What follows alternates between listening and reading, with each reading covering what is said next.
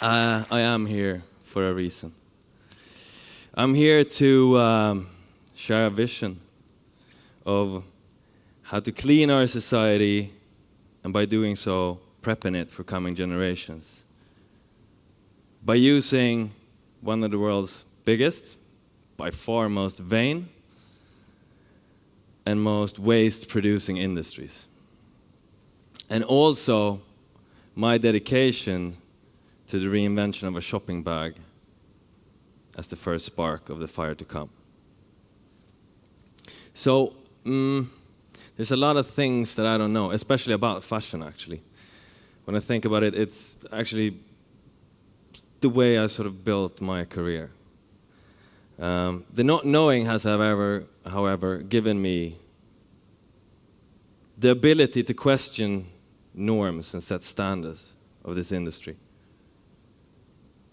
And it's pushed me to innovate in new ways.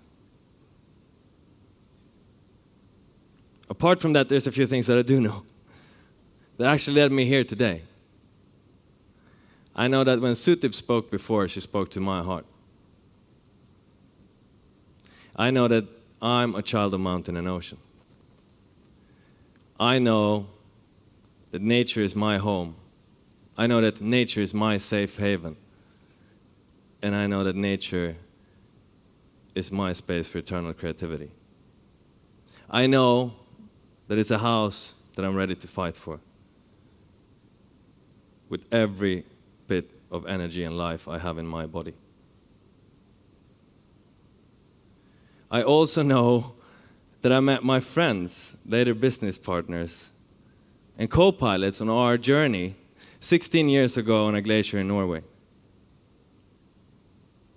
I know that fashion was never the intended route for me, but design and business by accident brought me there. That actually took its first toddler steps right here in Gothenburg. We were so lost.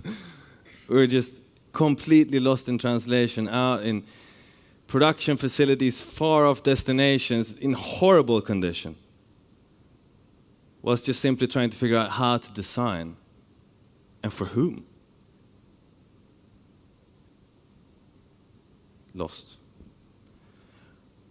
However, what happened quite quickly was that we started asking ourselves, what happens to all this stuff? What actually happens to the clothing that we deem no longer usable to us? What happens to the garments that I sell you? And if I can't answer that, I'm pretty sure there's a whole lot of people that can't answer that. So that brought me to stay. That brought me inspiration to be in an industry where I didn't necessarily feel all that comfortable. And for all its stardust and sprinkle and vanity and flair, for all its power to influence, because it does, it influences all of us, whether we like to admit it or not. And it has this grip on other industries as well, by the way. Apart from that, there's an underbelly to fashion. There's a side of it that you don't get to see every day, but that you do get to feel the effects by. And if you don't, your kids will. Because the industry of textile production is old. It's a limping beast in many ways. Same row after row of seamstresses. Not really the type of people driving Teslas or picking up kids from Montessori, is it? Same unproportional demand of cotton fields, energy, water, and chemicals. And you see, one central problem is that majority of textiles are first and only time use. We import 12.5 kilo textiles per person a year here in Sweden. That equals roughly 42 shirts, similar to what I'm wearing today. The trick is that 8 of those kilos we throw away. This without any infrastructure for recycling. 6 times is the average use of a garment before we decide to end its life cycle. Still, with no infrastructure for recycling. You see, knowing what I've seen, I'm running faster by the day to find solutions. Because according to the UN, we'll be 9 billion by 2030. And if we don't take action now, we'll settle for something way worse later. And if we can't hold responsibility for what we put in the hands of our future generations, then might I just suggest that we might not bring more kids into this world. Speaking of it, thank you so much for asking. This is, or contains, the 30 kilos of clothing and textile thrown away per person and year in the US alone. Doom and gloom? Surely. Solutions? Absolutely. Plenty of them. We just need to take a few very critical and bold decisions. And a bit of a house god of mine, Seth Godin, once said, you see, revolution is destroying the perfect to enable the impossible. A quote I find utterly fitting for the polished surface of fashion that we're about to transform. So what if there was an idea? What if there was a very simple solution on how to recycle a garment every time you bought a new one? You see, I'm going to do this with grace. This rag bag that I'm holding up is a little friend of ours that we've been developing for a long time. It's a simple tool for all the world's retailers, brands, consumers to make valid use of what we up until today have called trash. It's a shopping bag. It's a very simple shopping bag with a deeper purpose. So, once home, you remove your purchase, you flip your bag inside out, which I've taken the liberty to do. You put a used garment in the bag. You seal the little thing, and you put it in the mailbox. By doing so, you donate a garment. And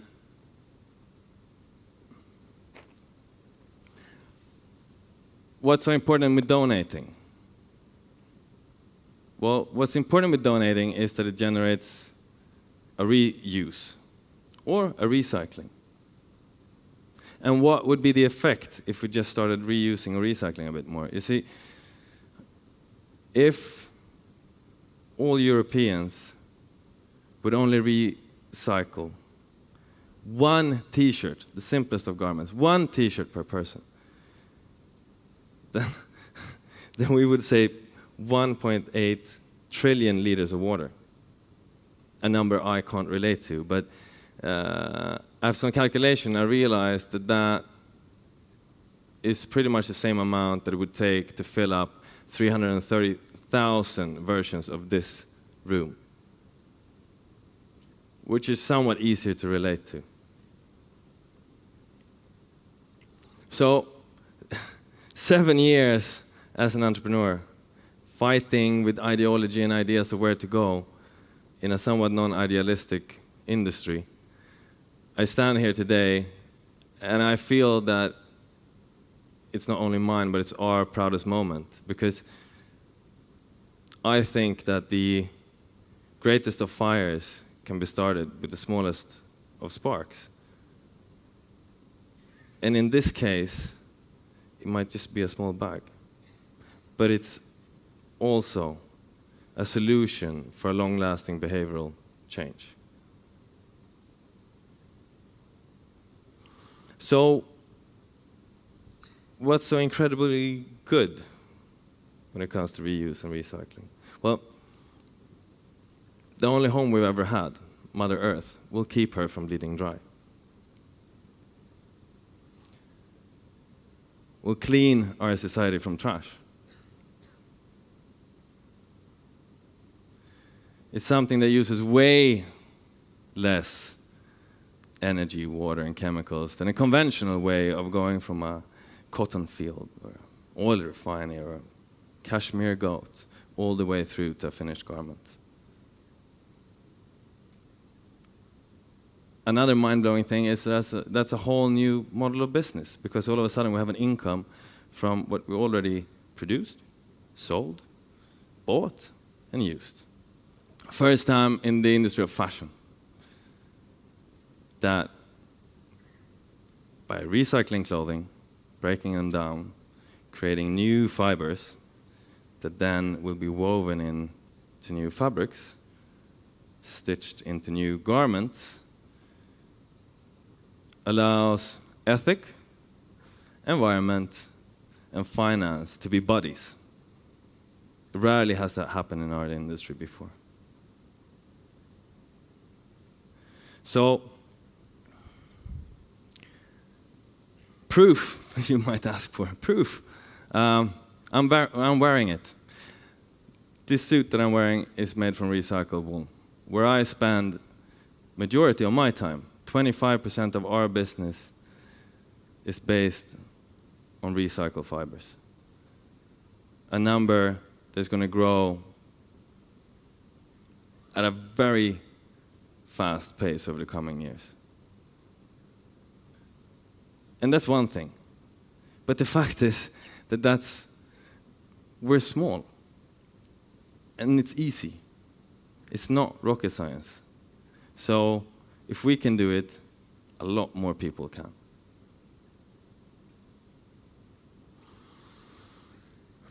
This bag is for me a hope that all of us can just unite in a peer-to-peer commitment to recycling. It's a token to the Swedish government for them to start implementing nationwide recycling systems. And it's a challenge, an invitation to my peers in the industry to come join the future or quickly be left behind.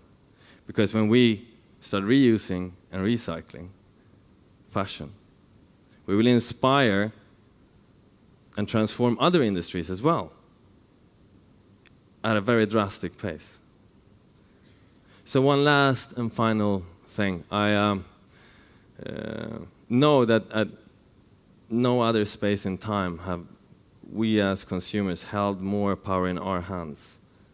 We matter. And you can affect brands on a daily basis based on what you choose to wear, who you choose to question, and how you care to share. So I don't know exactly where we stand, but I do know if we don't start moving quickly, we'll be way worse off tomorrow. So I brought bags for everyone in this room, and it would mean a lot to me if you would just take that home and donate a garment. More so than anything, it would mean a whole lot as a starting point for the fire we intend to start right here and right now. Thank you.